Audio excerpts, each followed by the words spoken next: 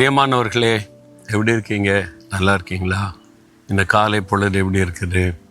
ஒவ்வொரு நாளும் ஆண்டுடைய கிருபை தினந்தோறும் நம்ம கூட இருக்கிறாரு, அழகாய் நடத்துகிறார். ஆண்டவருக்கு ஸ்தோத்திரம். பிறகு எதுக்கு கலங்கணும்? நீங்கள் எப்பவுமே அழுதுகிட்டே இருக்கிறீங்க, ஒவ்வொரு காரியத்துக்கு கண்ணீர் வடிச்சுக்கிட்டே இருக்கிறீங்க, அப்படி தானே? நிறைய காரியத்துக்கு அழுகிறீங்க. குடும்பத்தில் உள்ள பிரச்சனை, இவங்க மாறணும், அவங்க மாறணும், அவங்க லைஃப் சரியில்லை, வீட்டுக்குள்ளே நிம்மதி இல்லை, வேலையில் இந்த பிரச்சனை, ஊழியத்தில் இவ்வளோ நெருக்கம்தான், கண்ணீர் தான் வருது. அப்படி இருக்கீங்களா? என் கண்ணீரே எனக்கு உணவாயிற்று, என் வாழ்க்கையே கண்ணீராக போச்சு அப்படின்னு நினைக்கிறீங்களா?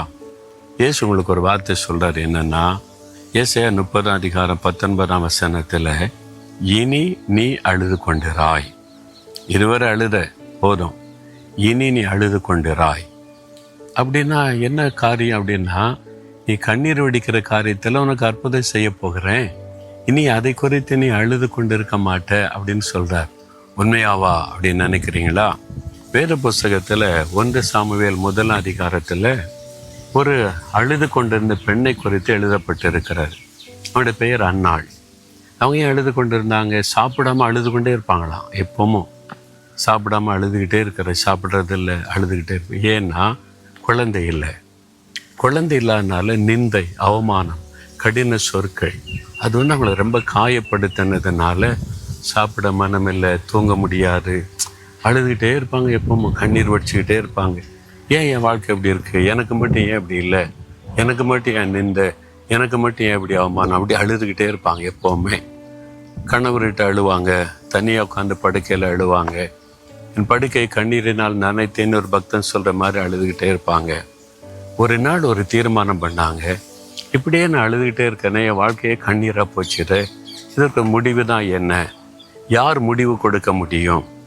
அப்போ தான் யோசித்தாங்க, என் கண்ணீரை கவனிக்கிற ஒரு தேவன் இருக்கிறாரே, அவர்கிட்ட போய் கண்ணீர் வடிக்கிறேன்னு சொல்லி எழுந்து புறப்பட்டு தேவனுடைய ஆலயத்தில் வந்து ஆண்டவருக்கு முன்னால் மனம் கசந்து மிகவும் அழுதாங்க. தன் கண்ணீரை எல்லாம் சிந்தி, எனக்கு குழந்தையிலன்னு எல்லாம் நிந்திக்கிறாங்க, பரிகசிக்கிறாங்க, கேவலமாக பேசுகிறாங்க, எனக்கு ஒரே ஒரு குழந்தை கொடுத்த நிந்தையை மாற்றுங்க, அதை உங்களுக்கே கொடுத்துறேன்னு பொருத்தனை பண்ணி ஜெபித்தாங்க. ஏசு அந்த ஆண்டவர் அந்த கண்ணீரை பார்த்தார். இனி நீ அழுது கொண்டிருப்பதில்லை, இன்றைக்கோடு உன் கண்ணீருக்கு ஒரு முடிவு என்பதாக ஆண்டவர் அவளை நினைத்தருளி ஒரு கற்பத்தின் ஆசீர்வாதத்தை கொடுத்து நிந்தையை மாற்றிவிட்டார்.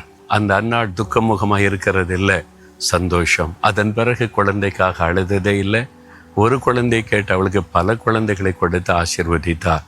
அன்னாளே, இனி நீ அழுது கொண்டிருக்க மாட்டாய். உங்களை பார்த்து சொல்ல, மகனே, மகளே, இனி நீ அழுது கொண்டிருப்பதில்லை.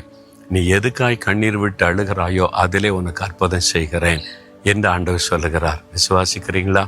அப்படின்னு அப்படியே சொல்லுங்க, இயேசுவே, இனி நான் இதற்காக அழப்போவதில்லை, நீங்கள் பொறுப்படுத்தி கொண்டீங்க, என் கண்ணீரை துடைக்கிறீங்க, கண்ணீரை மாத்துறீங்க, நான் அழாமல் இருப்பதற்கு அற்புதம் செய்கிறீங்க.